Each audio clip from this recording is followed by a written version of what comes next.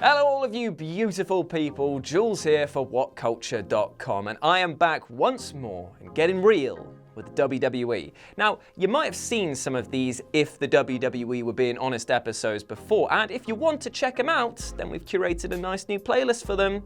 But today, we're going to be looking at something truly foul. And no, I'm not talking about the time that Trish was made to bark like a dog by Vince, nor the incest angle that Vince also tried to get off the ground, but it is somewhat linked to these moments, as today we're talking about the WWE creative process and what it absolutely fails to achieve. Let's begin by talking about what appears on the surface to be a totally innocuous interaction on a recent SmackDown episode between Mandy Rose and Sonya Deville, and I will be playing both parts. Guess who? Mandy said, covering Sonya's eyes. I obviously know it's your voice, Mandy. Where have you been all day, huh? Don't worry, Sonya, I have been taking care of business. I talked to Shane. Now that seems like a perfectly fine line, right? Just a little bit of banter between friends about getting a match sorted for the evening. Well, let's dig a little deeper. Because if we had to take this on a literal face value, then it means that Mandy spent all of her day talking to Shane. A conversation that should have taken 10 minutes, but she spent all her day doing it. Now I get that it is just wrestling. It is a line, a throwaway line that's meant to build suspense. But it is a crusty piece of shit that is holding together some absolutely rancid material. Anyway, back to the scene. Sonya then responded with, and? Okay, well, remember that time that we overheard the Iconics? Pause for dramatic effect. Talking about what Kevin Owens had done to him? Well, I might have told him. No, it's a good thing.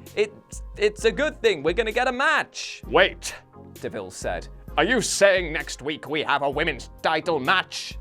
Yeah. And if we win, we deserve a women's tag team title match. I'm sorry, what the f***? Did I just turn 30 pages at once? These two lines do not add up and make about as much sense as Bray Wyatt's old promos. To answer Sonya's question, Rose had clearly been spending all day rehearsing this 40-second segment because that's the only explanation as to why, after Deville botched that she carried on with the line that she had burned into her eyes by Vince and didn't even try to counter it with some form of explanation. The line was clearly meant to be something like, are you saying that if we beat up the Iconics, we get a tag team title opportunity? And like I said, this small botch on the face of things might be glazed over like the eyes of EC3 when he's got to eat another pin. Again, on a house show. But it's actually indicative of a huge issue in the process. So many of the performers are ill-equipped to deliver the material. The Performance Center promo class is utterly redundant. In that setting, they are encouraged to come up with their own spiel to help create their characters. But on the main roster, I've seen better acting in bongo flicks. Perhaps a better use of their time would be spent staring at an overflowing piss bowl, because while they're in NXT, they're fine, but once they hit the red and blue brand, they're going to be spewing hot piss. And do you know what the best thing about this completely asinine moment is? Is that the match, whatever the stipulation, didn't even happen. Therefore, thanks to this, we actually have a current formula. Basic, horrendously delivered promo scripted to build an upcoming match. Match is then cancelled. Question mark. Profit. Vince McMahon cancelled the match during a trademark last-minute rewrite, negating about a week of totally unnecessary work. Can you now see the issue? The contrived nature, the awful scripting, and the botches that no one is trained to recover from, all of them don't matter because Vince can change everything on a whim. But let's take a step back for a moment and look at the creative writing process as a whole. According to former creative writer Jimmy Jacobs, the team is comprised of about 25 people, though recent numbers indicate that this number has since ballooned. Now this team is split between the road and home contingents. The home team provides the sort of broad narrative framework. The road team delves deep into the guts, or as in the case of this, the dirty bowels of the script itself. Now for Raw specifically, the home team has typically got an idea of what's what for the show's end by Wednesday, ready for Vince's approval some 120 hours before the show itself. Then on Thursday, Jacobs did continue, the lead writers are putting together the pieces of what Raw is going to look like. And then Friday and Saturday, we're putting pen to paper and writing the promos. What we have to assume happens next is that on Monday afternoon, a demented old man all over the final script before rewriting it entirely in crayon. Now, Jacobs obviously didn't say this, but how else can you explain what happens? John Moxley disclosed more details behind the scenes in his now legendary Talk is Jericho appearance. The writers collaborate with talent. Collaborate here refers to the fact that the writers text the talent with their promo for the upcoming show. The talent expresses that they f***ing hate it, and the writer responds with, "Yeah, I know." Much like virtually every worker in every industry, the writers perform their role in accordance with what they believe that their boss wants.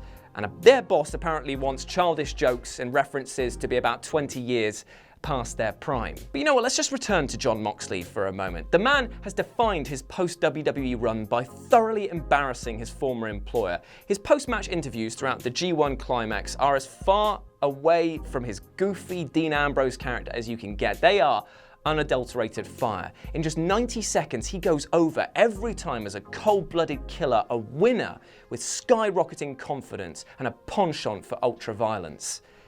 90 seconds. That's all it took. The WWE, in contrast, ritually murders the third hour of Raw by demanding its performers just drone on and on and on to fill time. And trust me, I know that feeling, as that sweet 10-minute ad revenue is something that we need to do to survive. However, we, at least, are self-aware. Look back and you'll see that the infamous Austin 316 promo was only 1 minute 28 seconds. The Dusty Road Hard Times promo lasted 3 minutes and 29 seconds. The segment from Raw with Seth Rollins, Baron Corbin and Lacey Evans on the 24th of June, 8 bloody minutes and 37 seconds, and all of note was said. In fact, I challenge you, without looking it up, can any of you remember a single word that was mentioned that night? You're probably thinking that there was something about burning it down, but you can't be sure, right?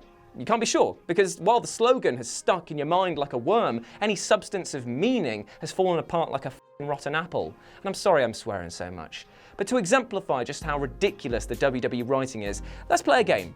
I actually need to go and get someone to help me with this. I'm going to go get the Hound, Adam Wilborn himself, and we're going to do a quick quiz. I'll be right back. Hello everyone, here's a quiz for you. Which of the following isn't an extract from a WWE promo? Once upon a time in a land far, far away, there was a little boy named Roman Reigns, and Roman Reigns, see, he had magic beans. David went out into the neighborhood and he ate every single mushroom he possibly could find and thought, I'm gonna challenge that big, nasty, mean giant, and he did. And the giant Goliath beat the holy hell out of David, and he was never seen again until he was reincarnated as Finn Balor. Poopy farts, pee and wee and boogers. Here's the answer. It's a trick, they're all legit. And if you're wondering why things have gotten so dire, then let's take a look at an unlisted video on the WWE's own YouTube channel in which they explore the creative writing process. And some fool just comes up and states, "My experience is in everything but WWE." So the guy with no knowledge of wrestling is also the guy tasked with connecting wrestlers to the public. To reiterate, some of the team have no understanding how to sell a product that they are in charge of, yet are given a multi-million-dollar stage to wheel out dialogue, which in all essence resembles the f***ing travesty of a car that Homer Simpson designs. Yet this time, no one's laughing. If the WWE were being honest about the creative writing process, then they'd realize that it is the most expensive, wasteful, draining, damaging, pointless practice of a practice that is in itself redundant. And even when it's good, it's a bit too slick and too staged. John Moxley is getting over as the best talker in wrestling right now, in endlessly rewatchable 90-second bursts of badass threats and hilarious comic asides. That is because as a performer, he is naturally inclined to be very good at forging connections with people. WWE stars, meanwhile, are drowning in a sea of 15-minute-long car crashes, which is harming their personal stock far more than ever taking a 3 count. And there we go, those were myself and Michael Sidgwick's thoughts on the WWE creative writing process. I hope that you enjoyed this, and if you didn't anyway, then let me know down in the comments section below. After all, this is a discourse, my friend, and I would like to have a chat about this further. Whatever you are getting up to today, I hope that you do it bloody well and have a great old time doing it, because you deserve happiness, love and success, each and every one of you. I'm sorry I keep swearing so much. It's probably going to demonetize this video. That's on me. But if you want to chat more, you can follow me at RetroJ with a 0 over on Twitter. And remember, I have been Jules, you have been awesome. Never forget that. And I'll speak to you soon. Bye, guys.